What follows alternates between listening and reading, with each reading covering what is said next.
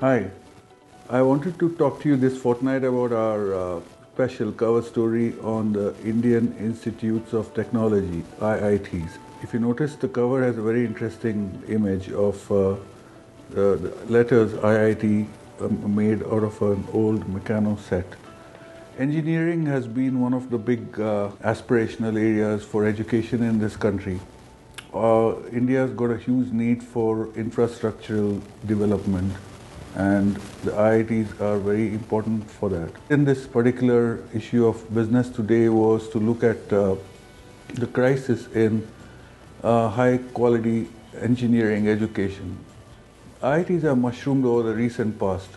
9 out of the 16 IITs across the country now came up since 2008. That means in the past 5 years, there have been 9 new IITs. The number of places has increased, but the competition is as fierce as it used to be.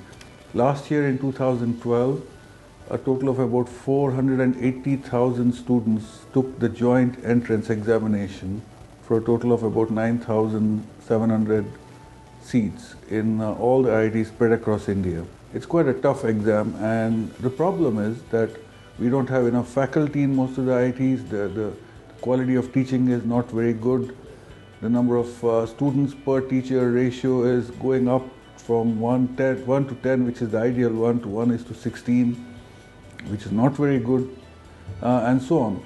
It's an amazing story because you have aspirations, dreams, people going in from 6th or 8th grades up until the time they do their joint entrance examinations, and their only dream is to get into an IIT.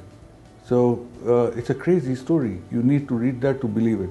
The pictures also are quite amazing, so don't miss them.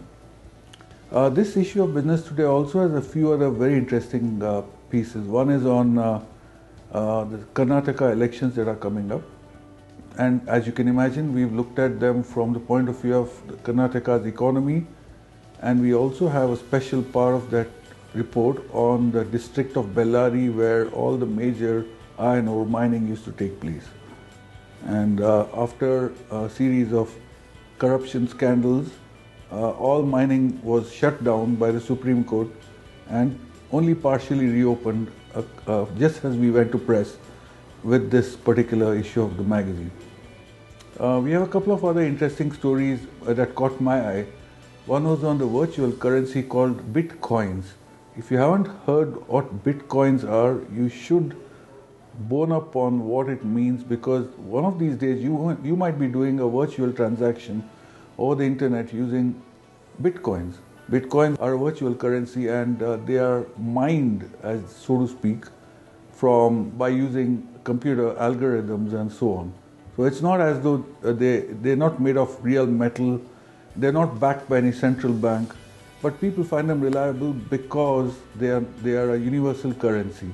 Very, very interesting development, and it just shows that human beings will find ways to transact with one another, whether it's a cowrie shell hundreds of years ago or a Bitcoin now that you wouldn't even have dreamt about.